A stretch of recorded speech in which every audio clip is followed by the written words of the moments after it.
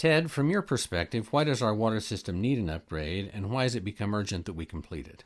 Portions of the city's water system was installed, and they didn't take the protective measures that we do today to protect the pipeline and the valves and things that are associated with water infrastructure. And as the pipe corrodes, it just corrodes away till there's nothing left of the pipe wall, and then you start leaking.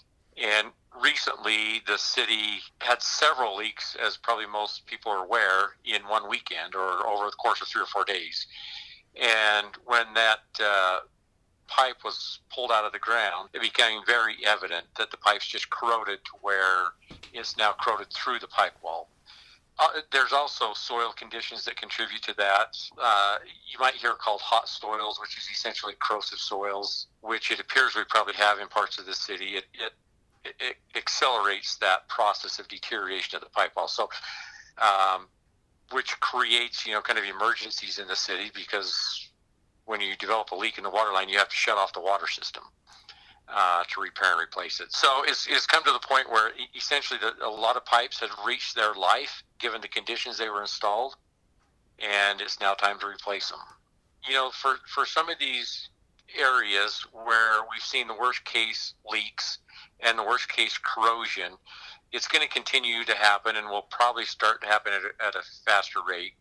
And it becomes more difficult in the wintertime to replace pipelines. So the idea is, let's try and replace these worst sections of town while we have some good weather to do it in, so we're not having to have city crews out there during the middle of winter trying to fix pipelines when it's cold and freezing, and becomes more difficult and costly to repair them, and also puts people out of water during, winter time. What's the basic plan for doing the upgrade?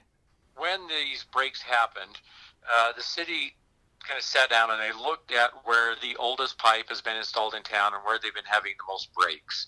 And those are the more urgent areas to address, which is down on Oak Drive and the streets connected to Oak Drive and Lakeview and Valley View. That area is some of the older parts of town where they've been having more issues. So the idea was that we would break this into a phase that could be accomplished mostly this year, and get some funding for that to get that started right away to get those areas fixed quickly.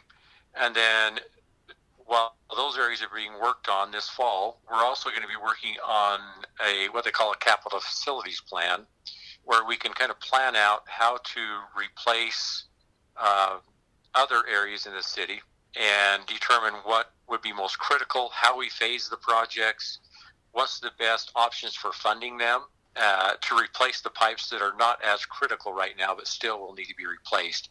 It was broken up initially into 4 more areas of town that need to be replaced, but we're going to look at options over the winter to see how to best approach that.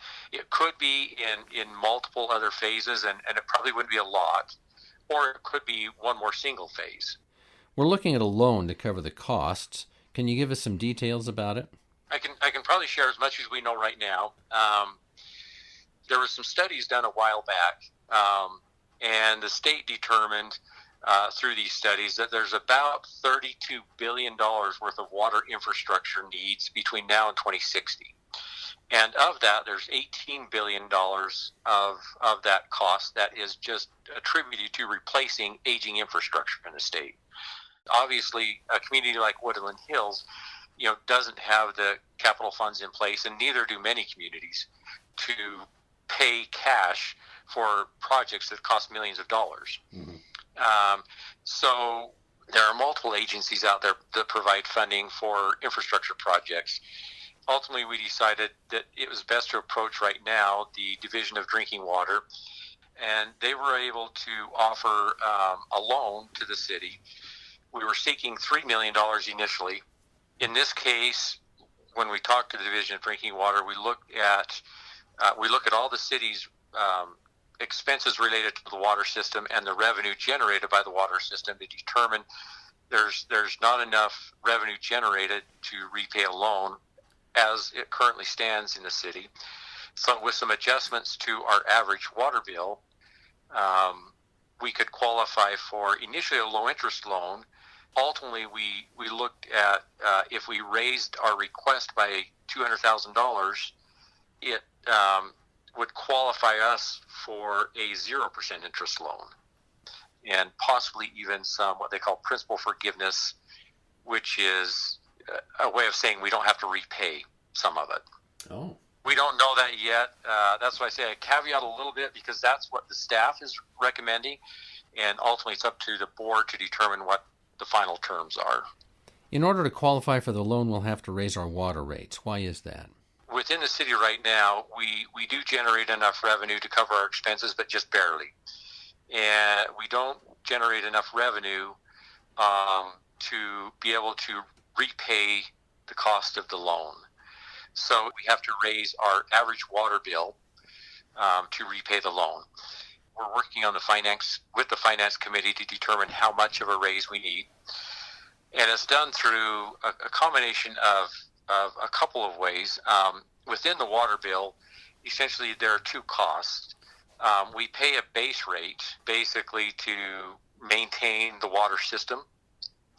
And then on top of that, we pay a certain dollar amount for the water we use. And the combination of those two make up our water bill.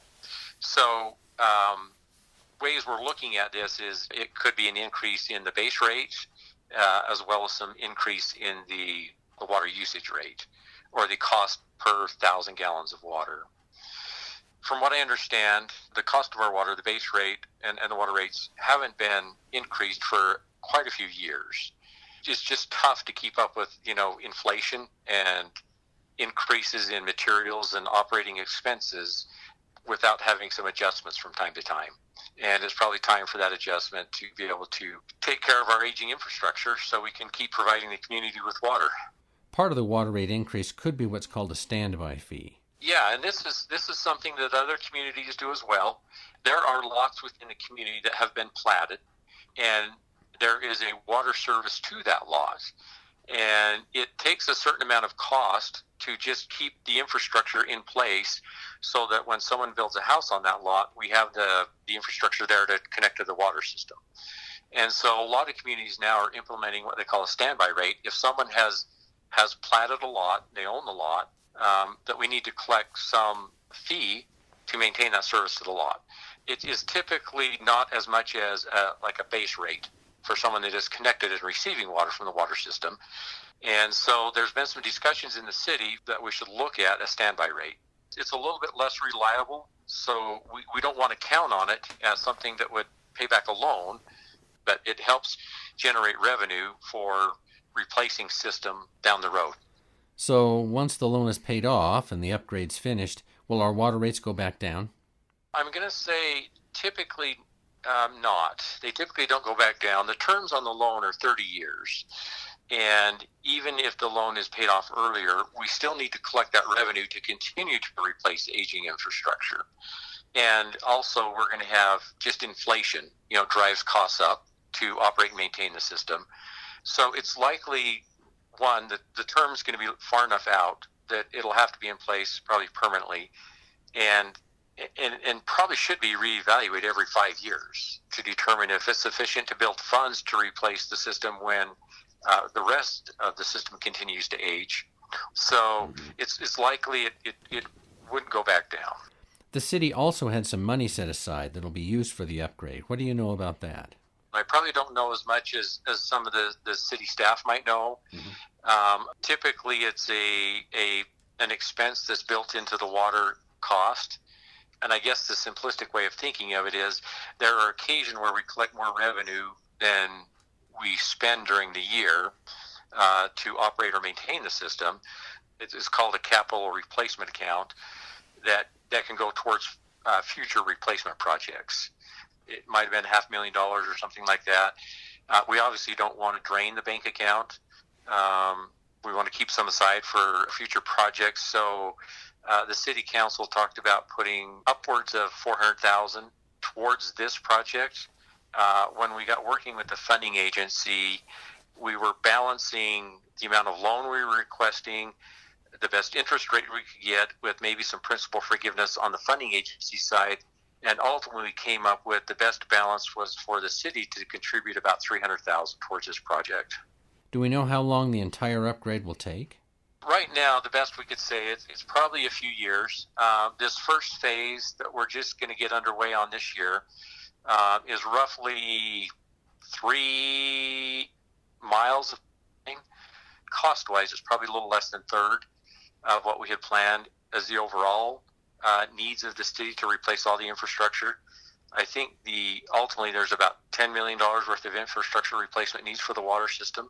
The city also felt it was important to build a plan on how we tackle the rest of the infrastructure that needs to be replaced. We'll be looking at how to best tackle that. Do we do it all in one single project, which would probably take another year, or do we look at doing it over the course of 2 to 5 years, phasing them in? So over the winter, we're going to be working on that plan, and hopefully beginning of next year, we'll be able to have something substantial for the citizens to look at, because we've got roads that need some repair work and replacement in the city as well. So I think what they can look forward to is hopefully a plan that will help us map this out. So once we get into additional phases, will we need additional loans, and will we have more water rate increases? I don't know that we know the complete answer to that yet. And that's primarily because we haven't had enough time right now, which is what we're going to be working on over the next few weeks, to dig into the water increase. If we feel like it's an increase that can happen now that can pay for some future projects as we collect enough revenue, that could be a direction we'll go. It could be that we look at raising enough now to take care of this project and then possibly some future increases or even other funding sources in the future. You know, this is not an issue that's being faced by Woodland Hills alone right now. We're working right now with 3 communities doing this same thing, who are in the same situation. They have a lot of pipelines that have now reached the end of their life and need to be replaced. So it's not like it's an uncommon problem. It's a problem that's not only statewide but nationwide. And the federal government as well as the state government is continuing to look at how do we fund these projects with the least amount of impact to the citizens and residents of the communities.